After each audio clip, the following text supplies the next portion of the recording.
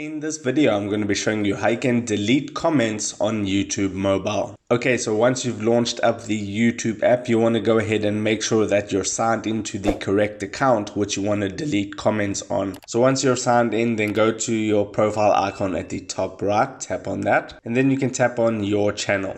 Now you can go to the video section of your channel and you just want to go ahead and go to the video that you want to delete comments on. So I'll just sort this by most popular and I'll just go into this video right here. Now once you're on the video playback screen, you can go ahead and tap on those little two arrows going up and down on the comment section, and you just want to go ahead and find a comment that you want to delete. So I'm just going to go ahead and select this top comment right here, and you can see three vertical dots on the right hand side of the comment. If you go ahead and tap on that, you have three options: pin, remove, and report. If you go ahead and tap on remove, it's going to ask you, are you sure you want to remove this comment? You tap confirm, and then the comment will be deleted. I'm not actually going to delete this comment. So that is how you delete comments on YouTube mobile. If this video helped you out, make sure to hit the like button and subscribe for more. Take care.